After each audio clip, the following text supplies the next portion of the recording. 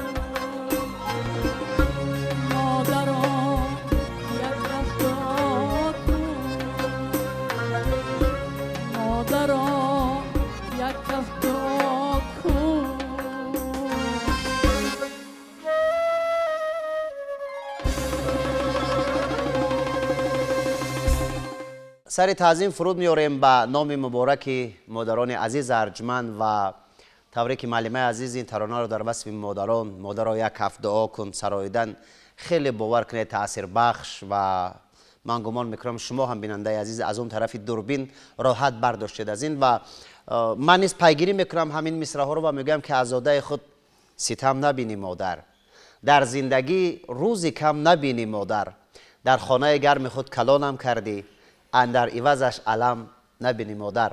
و درود و سلام شامگاهی به همه شما مادران عزیز، همدیاران عزتمند و اون نفرانی که همین حال و پیاله چای در دست و برنامه فضا رو تماشا دارید، خانه‌تان پر از روشنی باشد. عزیزان، ما مهمان داریم در برنامه این شبمون آوازخوانی انسامبل ترانه و رقص فیلارمونی جمهوری تاجیکستان معلمه عزیز آرزوگل خوجام و شما رو خوش آمدید میگیم و تلویزیون سفینه. صداتون هرگز خستگی را نبیند. باور کنید خیلی عالی اجرا کردید سرود مادر رو و دست اهل رامشگران هم درد رو نبیند که کمک میکنند. خب سلام میرسونید به مردم، به مخلصانتان، به پیوندان و به حق و همسایه هایتان. اولا البته سلام درود به اهل تماشابینان تلویزیون سفینه و امروز من خیلی خرسند هستم که در برنامه فضا رو برای مخلصان عزیز برآمد کرده ایستادم و کوشش میکنیم چند سرودی که تیاری دیدیم پیشکشی مخلصا گردانیم. آفرینتون بود. نخست اطراف همین ترانه صحبت میکنیم که این ترانه چگونه آماده شده است، این ترانه رو کی برای شما آهنگ بندی کرد. باور کنید در برابر موسیقی زیبا، صدای زیبا یک چیزی زیبا برآمد که تا هنوزم من در همون دنیا هستم. خواهش میکنم اطراف همین. سلامت باشید. تولید این سرود یک تاریخچه دارد. من 4 سال پیش در یکی از شهرهای فدراسیون روسیه سفر هنری داشتم در شهر یکترینبورگ. وقتی که ما به اون شهر رفته رسیدیم با همراهی یکی از موسیقی نوازا، من در طریق سایت فیسبوک همین شعر رو یافتم از ایجادیات یک شاعر مهاجر نصرت الله بابایف. همین 4 مصرعش من به بسیار پسند افتاد. فکر میکنم که همین شاعر برای من نوشته. این غریب افتاده اد را دل به دنیا داده اد را، رزق جوی ساده اد را مادر را یک کف دعا کن. حقیقتا ما در همونجا هم مسافر بودیم هم رزق جو بودیم و با دعای مادر را البته احتیاج داشتیم اونجا. بله سلامت باشید. واقعا هر قدم و هر لحظه به دعای مادر نیاز داریم و تمنا میکنیم که عمرشان دراز باشد، سلامت باشند. خب اکنون میده رشته صحبت رو پیگیری میکنیم اطراف کار و فعالیتتون، چون 1 سال باز از قریب که در تلویزیون برآمد نکردید، خب به طور زنده سرود نخوندید و اکنون آمدید که بیننده ها رو مخلصانتون رو شاد بگردانید. بند چیکار هستید در انسامبل ترانه و رقص؟ البته در انسامبل ترانه و رقص من آوازخوان هستم. تا چند سال باز فکر میکنم که انسامبل ما امروز یکی از انسامبل های بهترین در فیلارمونیا به حساب می رود، برای که در همه چاره‌بینی ها همکاری ما اشتراک میکنند و در همه موضوعی که لازم است بر سرودها تیار کرده ایستادیم و من نیز یکی از عضویت همین انسامبل کار و فعالیت در همین انسامبل دوام داده ایستادم. بسیار خوب. قدم های نخست رو شروع کرده از انسامبل ترانه و رقص؟ نه، قدم نخستین البته با دستگیری استادم خواسته زرافشانی در انسامبل گنجینه بود. در انسامبل گنجینه اون وقتا استاد زنده ما ظفر ناظموف رهبری انسامبل گنجینه را با عهده داشتن و البته استادم خواسته زرافشانی ما رو به نزد استاد بردن و استاد سرودهای ما رو گوش کردن، آواز ما رو گوش کردن و اون وقتا بسیار با استادم مانند میخوندم و کار قبول کردن از همه انسامبل گنجینه. بعد بدتر انسامبل جوانی که خودی استادم رهبری میکردن در آنجا فعالیت کردم. بدتر در انسامبل زرافشان با رهبری استاد عبدالشاد شادیف در آنجا فعالیت کردم و آمدید به انسامبل ترانه و رقص و گمان میکنم خیلی هنرمند خوشبخت هستید که با استاد هنر استاد شادروان ظفر ناظموف همکاری کردید. بله. من گمان میکنم که از دنیای هنری برای خود چیزی هم گرفتید. البته ما همکاری کردیم و هم فکر میکنم دعای استاد رو نیز گرفته هستیم. البته هر یک سخنی آنها برای ما درس بود. ما کوشش میکردیم که اعضای گفتی همونا رفتار کنیم و فکر میکنم که همین استادایی که همکاری کردیم از صحبت همانها یک چنیمچه گرفتیم و این روز محصول همون دعاها مصلحت‌ها بود که بین راه رهسپار شده تا اینجا آمدید. راه خودمو کم بیش یافتیم. درست است. واقعا اکنون یک میدان خیلی فراخ است. در این میدان نه هر کس میتواند که موفق بگردد و اگر واقعا دوست بداری کسبت را، خب با گفت خودتون از پیران کار دعا بگیری، مصلحت گوش کن باشی و البته راه درست را انتخاب کنی، باور دارم که به کجای خواهیم رسید. خب یک عالم سپاس برای صحبت. و ترانه دومتون چی ترانه است؟ ترانه دوم تاجیکستان نام دارد، از اشعار یکی از شاعران خیلی جوان کهزاد فتح‌الله.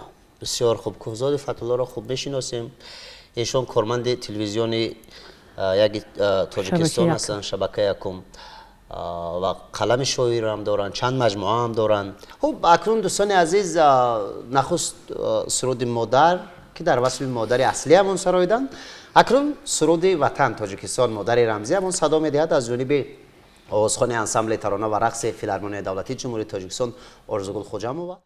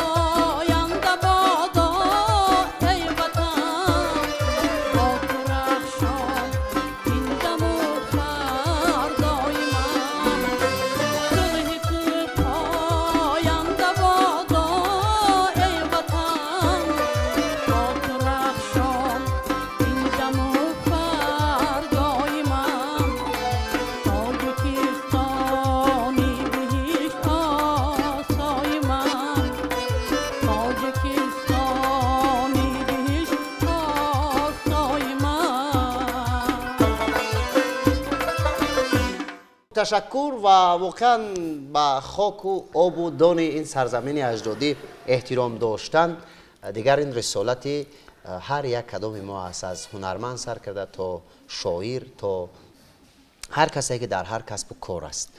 و واقعا من گمان میکنم وقتی شما در وصف تاجیکستان و یا در وصف دوشنبه شهر و یا در وصف من موضوعهای مادر وطن سرود میسرید، گمان میکنم احساساتتون دیگر میشود. بله البته، چون که کار گمان سهل و ساده نیست در وصف وطن مادر سرود خواندن.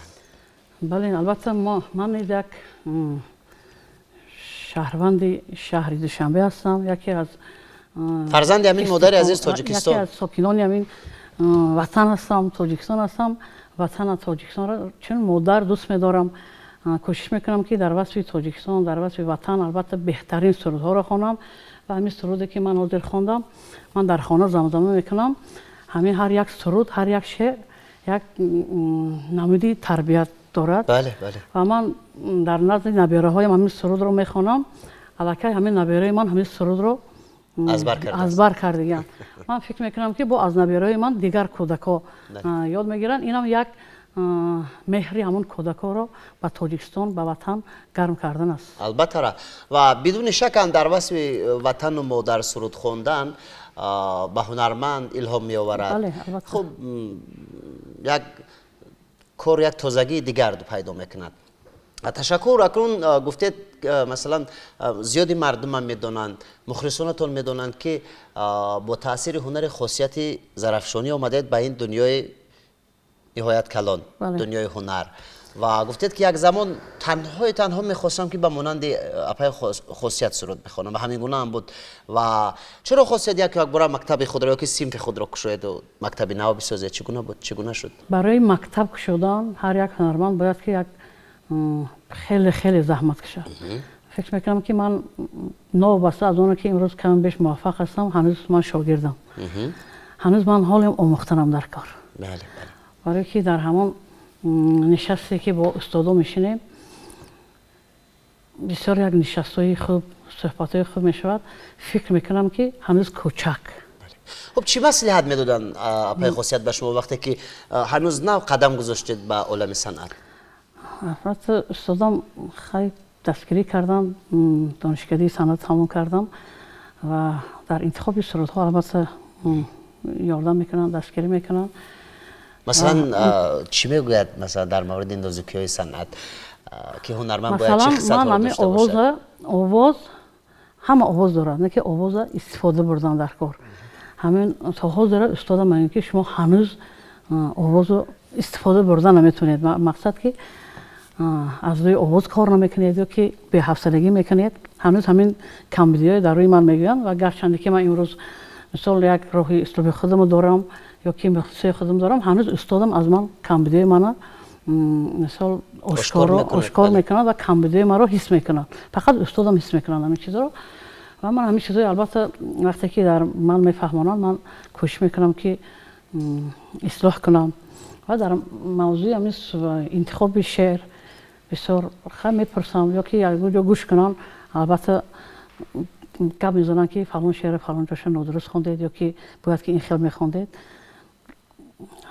هنوزم برای شما در راه صنعت کمک رسان هستن. بله بله. بسیار خوب. صحنه رو چگونه احساس میکنید؟ این صحنه از هنرمند چی رو طلب میکنه؟ صحنه البته از هنرمند صحنه جای مقدس است. بله. در صحنه البته وقتی که میبریم باید که ما تازه آزاده با یک دل نیت صاف صحنه بریم. برای که همین صحنه هم جای مقدس است. ما سرودهای بهترین، سخنهای بهترین را به مخلصا و به شنونده ها پیشنهاد میکنیم. ما باید صحنه با همیشه آزاد باشیم، به دل مردم نزدیک باشیم و همه مقدس بدون صحنه رو ما هر یک هنرمند باید که برای خودش حس کند، کسب کند. بله. تشکر. خب محبوب شدن آسان است و مشهور شدن؟ مشهور شدن آسانه که محبوب بودن چیزی که میگن که عالم شدن آسان، آدم شدن خیلی همه خیلی. مشهور شدن البته مشهور میشونه که محبوب شدن. وقتی که محبوب که شدی باید که عزیز خلق باشی. بله. خلق دویم تو دوست داره. برای محبوب شدن چیکار باید کرد؟ برای محبوب شدن هنرمند من فکر میکنم که این فکر شخصی من، هر یک هنرمند برای محبوب شدن باید که پیش از همه خاکسار باشد. بله.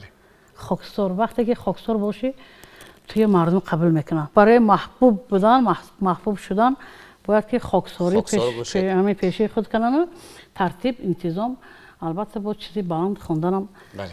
یعنی چیده از قلب مردم خواندن در بله. کار. بله. با دل مردم نزدیک خواندن در کار، خاکسار بودن در کار. میدونم یعنی رسالت هنرمندی رو رعایت کردن در کار. بله. تشکر. و ترانه سوم چی نام دارد؟ ترانه سوم زندگی. این هم یک شعر از بزرگمهر تاج‌الدین، این قسم یک شاعری جوان. بله بله. بسیار یک موضوع خوب. در برنامه ما هم شروع کردن، بزرگمهر شاعر خوب هستند و گمانم آماده که بسیار اید. بله. خب بیننده های عزیز، می رویم به دنیای موسیقی.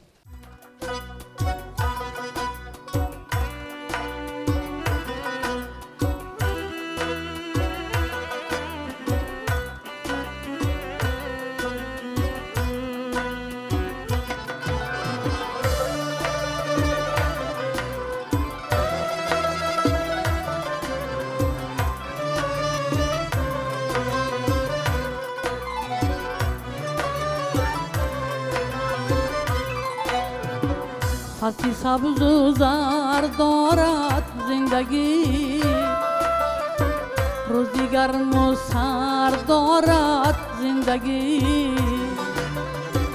فصلی سبز و زرد دارد زندگی، روزی گرم و سرد دارد زندگی. خاک ما بر قدر یک سینا رسه، صد هزاران درد دارد زندگی.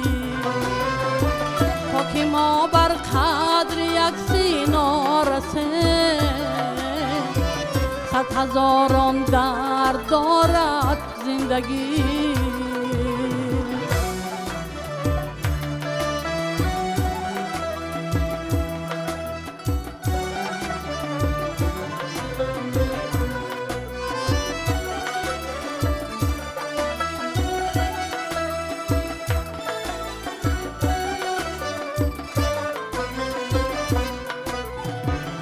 که ما فهمیم زن را خوبتر، مرد هم نامرد دارد زندگی. تا که ما فهمیم زن را خوبتر، مرد هم نامرد دارد زندگی.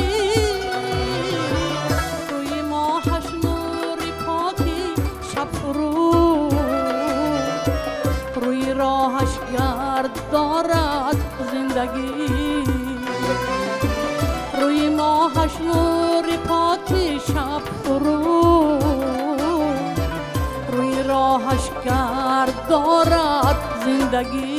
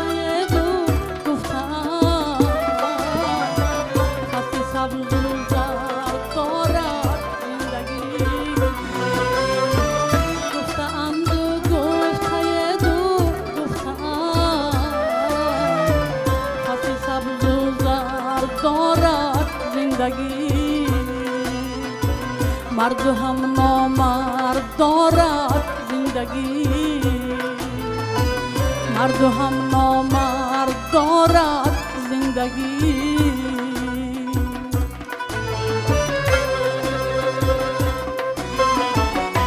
خب بیننده های عزیز، هر لحظه اگر با شما سپاس بگوییم کمی اندر کم است، چون که بزرگترین نعمت وقت است. جدا میکنید و ما رو تماشا میکنید. برای شما ما وقتی خوش در روزگار و در زندگی تمنا میکنیم و برنامه ما ادامه دارد و همین حال از اپای آرزوگل خوجام و میپرسم که چندین سال است که روی صحنه هستند، با استادای بزرگ همکاری کردند. خب طوری که خودتان اطلاع دادید، آموختید و این راه را که دوست می داشتید و میخوام دانسته باشم که چی از خود کردید و باز چی رو میخواید از خود کنید و چی برای شما داد این راه؟ فکر میکنم در راه صنعت چند سرودکی که امروز در دل دیده مردم جا گرفتگی و سرودهایی که از طرف من ایجاد شد، پیشکش دوستان، پیشکش مخلصانم گردوندم، امروز گوش میکنن و نسبتاً احترام میگذارن. البته این رو در راه صنعت آموختم، پیشنهاد کردم آموختم و امروز ها که در انسمبل ترانه و رقص با همراهی علیشر خانزاده، بهرالله عبدالله، محبوب باباجان و گلپری عارفه و البته استاد عبدالمجید وردیف بزن، خیلی اون کس حاضر به نفقه خبر آمدن و چند حافظه جوان هستن اینجا، سپهر، خوشروز، محمد جان علیف. یعنی با ایشان همکاری دارید؟ البته با موسیقی نوازان اینجا سامان جان هستند، راهبر موسیقی نوازی انسمبل دولت جان، نجیب الله، دمیر جان، اکای رستم یک برای ما یک استاد هستند. البته برای همین ما، برای که البته در سن سال کلانترین هستند در انسمبل و البته از جهت کسب و کارم الکه این کس استاد هستم و من همه اینها رو که در یک انسمبل هستیم همچون یک فرزند پدر دوست می‌دارم، احترام میکنم. هر یک سخنی که بین ما میشد البته احترام میگذارم و کوشش میکنم در آینده که اون چیزی که حالا اجرا نکردم، فکر میکنم که نه وقتی کار شد، نه عقل آدم میگیرد که بسیارتر کار کنی، بسیارتر ایجاد کنی. اما چرا که استادا ما گفتن که چیزای سبک کم خوانید، نه حس میکنیم که بسیارتر حقیقتا اون چیزی که خواندیم الکه و گذشت. باید که یک موضوع انتخاب کنیم که ماندگار باشد و بسیارتر خودمون معرفی کنیم بین مخلصا و از اون همه اون دوستان، اون مخلصان، همه استادانی که برای من یک سخنی خوب گفتن، از استادی که یک چیز آموختم البته میندار هستم و همین اقبال بلند و در صحنه بودن، در صحنه ایستادن، صنعتکار بودن. البته تشکر. و برنامه فضا پسند آمد؟ بله. خب چی برداشت کردید از این برنامه؟ برنامه فضا راستی فکر میکنم که نه به من بسیار و تماشابینای بسیار دارد، برای که زنده که میسرایند الکه همین بیننده هایم همین سروده زنده الکه دیگه خیلی قبول میکنن و ما که خیلی بسیار بین مردم میگردیم، حرکت ها میریم، میگیم چی میریم، گپ میزنن، حس گوش میکنی که همین برنامه محقول، اون برنامه‌ای که همین با طور زنده پیشنهاد میشد، فکر میکنم که محقول همگان است. سلامت باشین، تشکر و خوش آمدید بار دیگر به تلویزیون سفینه. با امید اونه که آخرین صحبت ما سر این سفره نباشد و با امید اونه که بیننده های عزیز ما و شما نیز بازم رو برو بزنیم، زیرا ما شما رو خیلی خیلی احترام میکنیم و با شما بودن برای ما افتخار است. و بیننده های عزیز اینجا با شما خیر خوش میکنیم و سپاس میگویم که ما رو پیگیری کردید. برای رو برکت در زندگیتون و ترانه انجامی را آوازخوان انسمبل ترانه و رقص فیلارمونی دولتی جمهوری تاجیکستان آرزوگل خوجام و اجرا میکند تا نشرهای بعدی.